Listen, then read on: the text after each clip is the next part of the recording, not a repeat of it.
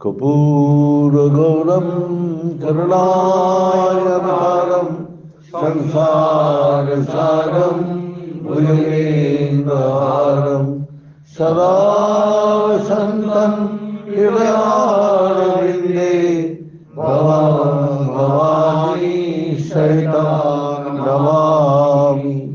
तमेव माता सविता तमेव बन्धुसखा तमेव विदार्दविनं तमेव सर्वं मम देव देव। ॐ पूर्णमद पूर्णमिदं पूर्णात् पूर्णमुदच्यते पूर्णस्य पूर्णमादाय पूर्णमेवावशिष्यते।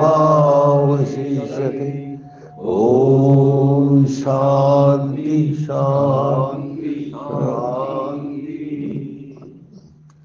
नारायण हरि ओम नारायण हरि ओम। शिव शिव हर हर ओम शिव शिव हर हर ओम नारायण हरि ओम नारायण हरि ओम। परमात्मा अंतर्यामी परमात्मा अंतर्यामी परमात्मा अंतर्यामी परमात्मा अंतर्यामी नारायण हरि ओम नारायण हरि ओम। शिव शिव हर हर ओम शिव शिव हर हर ओम नारायण हरि ओम नारायण हरि ओम नारायण हरि ओम।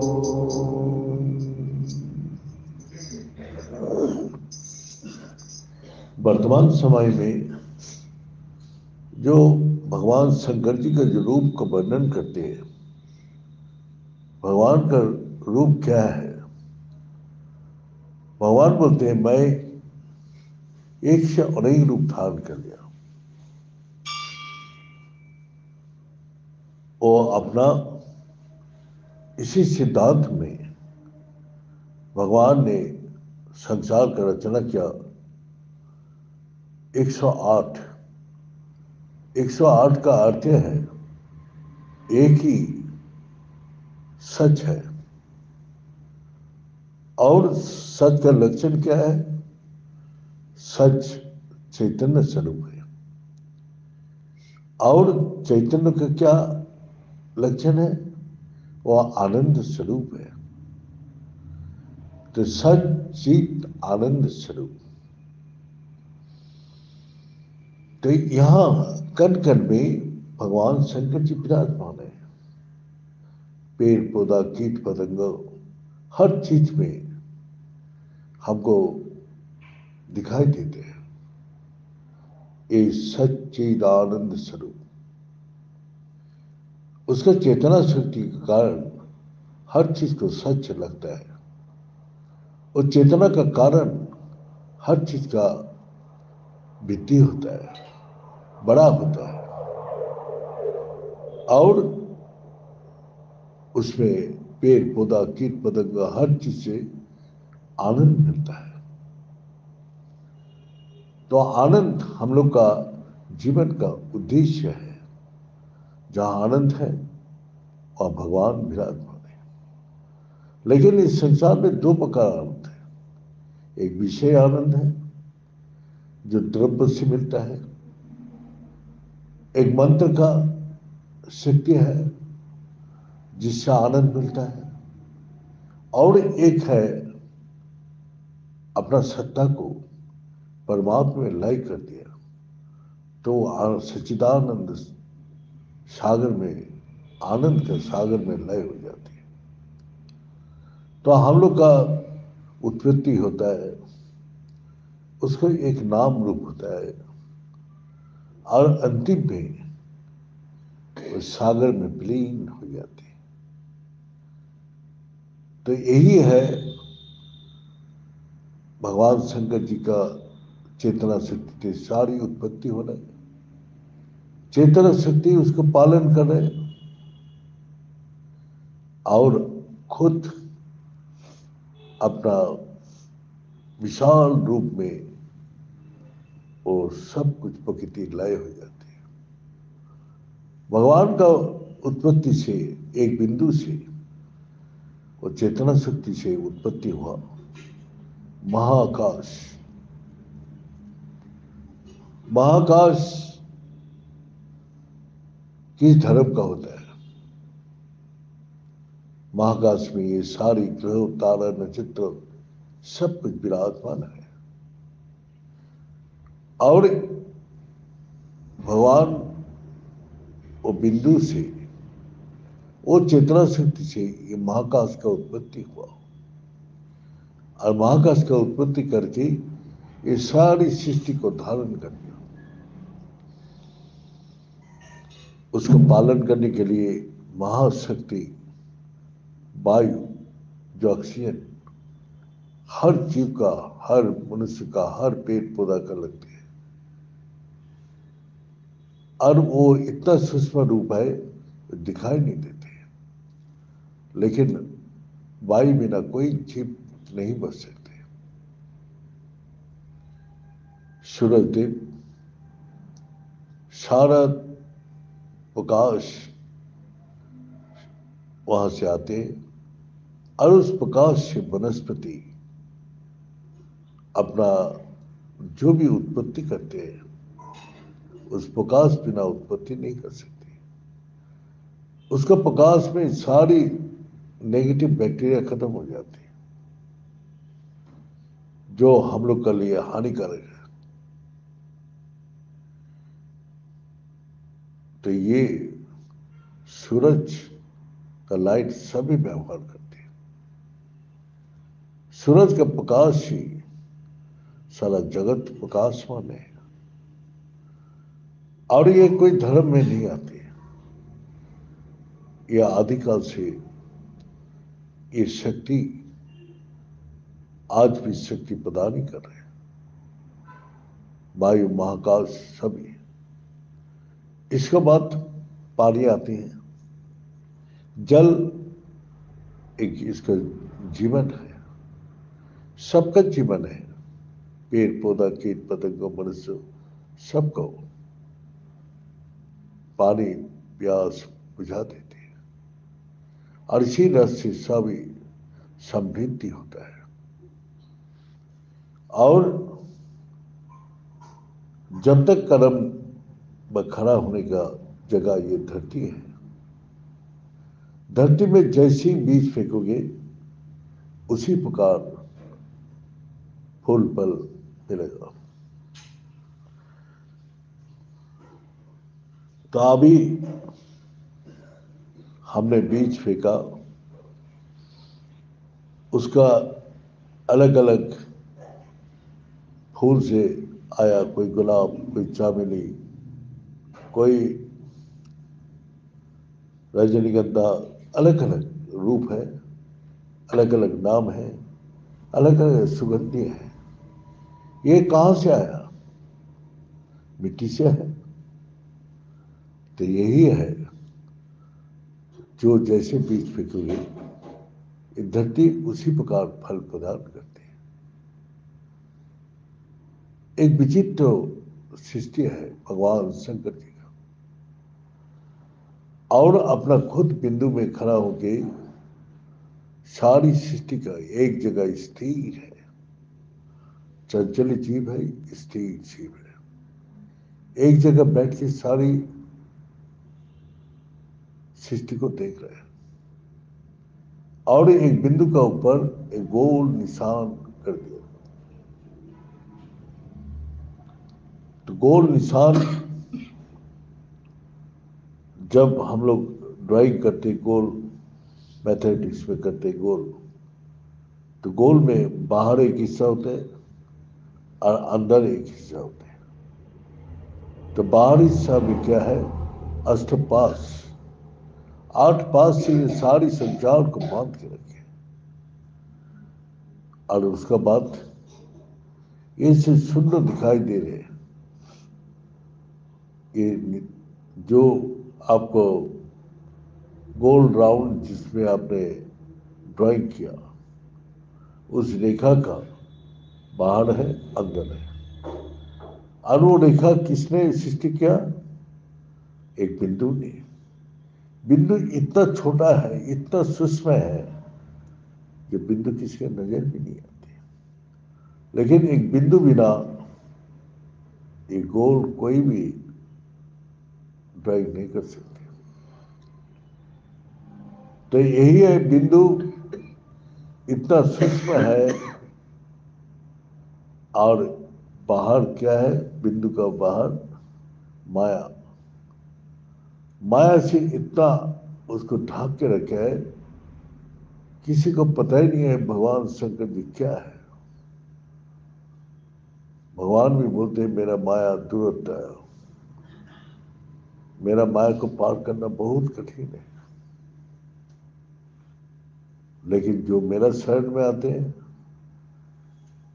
तुरंत थे वो तर जाते हैं। तो इस कारण से जो 8 पास से जब अंदर घुसते हैं तो कुछ भी महसूस नहीं हो पाते। तब क्या है? हमारा निश्चय आत्म बुद्धि, भाई सदगुरु का पास किया, सदगुरु जो बोला है उसका अनुसार चलते रहो। अपना विचार, किताब का विचार इधर उधर विचार रखने से गलत हो जाएगा।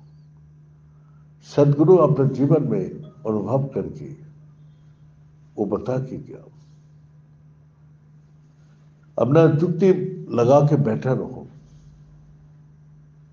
जुक्ति लगा के बैठा रहो तो मुक्ति निश्चित है। जैसे दूध में दही का साया देके एकांत में बैठा दो, सुबह जब उठोगे तो देखोगे दूध से वो दही में परिवर्तन हो गया। इसी प्रकार जो हमारा अंदर जो सदगुरु ने युक्ति दिया, वो युक्ति को लगा के बैठे रहो, धीरे धीरे विषय आनंद को छोड़ के जैसे जैसे परमात्मा का आनंद आने लगेगा तो वो बाहर का दुनिया से अंतर जगत में आनंद में डूब जाएगा, क्योंकि परमात्मा तो सबका अंदर है, सबका हृदय में निवास कर रहे हैं। और परमात्मा से जोड़ना है तो अपना ये मनुष्य देह भगवान ने दिया है, यहां जुक्ति लगा के बैठा रहो तो अपना आप ही जुट जाएगा। गुरु जी एक सिंपल बात बताया था, एक टिकट काट के ट्रेन में बैठ जाओ, ट्रेन दिल्ली जा रहे, तुम ट्रेन में बैठ के खाना खा रहे, तुम गपशप मार रहे, तुम सो रहे, घूम रहे, कुछ भी कर रहे, लेकिन ट्रेन का अंदर ही रहना पड़ेगा। अगर कोई स्टेशन आ गया, उतर गया, तो फिर अपना लक्ष्य से भ्रष्ट हो जाएगा। इसीलिए झुक्की लगा के ट्रेन में बैठा रहो। जब तुम्हारा लक्ष्य आ जाएगा तो अपना आप ही उठा देगा। तो इस कारण से गुरुजी बोला जो अपना इस संसार में सब कुछ करो, लेकिन अपना जुक्ति लगा के अपना अंदर बैठा रहो। तब क्या होगा? भगवान भी बोला तस्मात् जोगी भवार्जुन, तो मेरा साथ जोड़ के ये लड़ाई में लड़ाई कर, लड़ाई से भागने का कोई जरूरत नहीं है। इसीलिए भगवान ने प्रेरणा दिया तस्मात् सर्वेषु कालेषु मामेन स्मरण च्युत। तो अर्जुन तो पूछा वो इसीलिए, हे प्रभु आपको स्मरण करते हुए लड़ाई कैसे कर रहे हैं? तभी उसने ये युक्ति बताया, इस ब्रह्म विद्या का बारे में बताया। जो ब्रह्म विद्या राजविद्या राजगुच्छम पवित्रमेव ममत्वम प्रत्यक्ष गमं धर्मम शिष्यकम कर्तव्य पायम। तब भगवान ने अर्जुन को बताया कि राजविद्या अति गोपनीय है, राजविद्या राजगुच्छम अति गोपनीय, और पवित्र मेव ममत्वम, इसको साथ जोड़ के रखने से तुमको गंगा में गोता लगाने से एक बार पवित्र होता है, और यहां गोता लगाने से हमेशा के लिए पवित्र हो जाते हैं। प्रत्यक्ष गमन धर्मम, और धर्म का अंदर प्रवेश करते हैं। अंतिम में क्या है? सुसुकम कर्तव्य उपाय, और करने में कोई कष्ट नहीं है, आरामदायक सुखदायक है। सिर्फ हमारा देहो मन बुद्धि यहां माया बैठे है, ये साथ नहीं देगा। देहो भी तुम्हारा साथ नहीं देगा, मन भी साथ नहीं देगा, तुम्हारा बुद्धि भी साथ नहीं देगा। ये देहो मन बुद्धि में गुरुजी बोलता था ये तीनों जगह माया बैठे है। अगर ये लोग का बात सुन लिया तो तुम फिर खो जाओगे। तो इसीलिए युक्ति शुष्कम कर्तव्य उपाय, मन तुमको करने नहीं देगा, बुद्धि करने नहीं देगा, तुम्हारा शरीर तुमको साथ नहीं देगा। इसीलिए तुमको पुरस्कार करना है। तेई तंदर महो निर्मुक्ता भजन मांगते बता, दंड और महो से अपने को मुक्त करो, अटैचमेंट और संशय डाउट दोनों को क्लियर करो, तभी तुम दृढ़ रूप से मेरा भजन कर सकते हैं। यही है भगवान शंकर जी का क्या स्थिर शिव है, चंचल जीव है। जब अपना मन बुद्धि इंद्रिया स्थिर हो जाती है और कोई इच्छा नहीं रखते, किसी तरफ भागते नहीं, तो स्थिर होने के बाद ही वो शिव में लय हो जाते, अपना स्वरूप खत्म हो जाते और भगवान शंकर जी इसमें लय हो जाते। तो यही जीव शिव है। आदि गुरु शंकर जी यही बोला, जीव ब्रह्म ना पर, जीव ही ब्रह्म है, इसका पार और कोई भी तत्व नहीं है। तो हम लोग का शिवरात्रि आ रहे, तो भगवान शंकर जी का आराधना करने के लिए मन बुद्धि इंद्रियों को हमेशा भगवान का साथ जोड़ के रखो, मन स्थिर रखो, मन इधर उधर ना भागे, मन के स्थिर रखो, तभी उसका आराधना सफल होगा। ये बोल के जय स्वामी।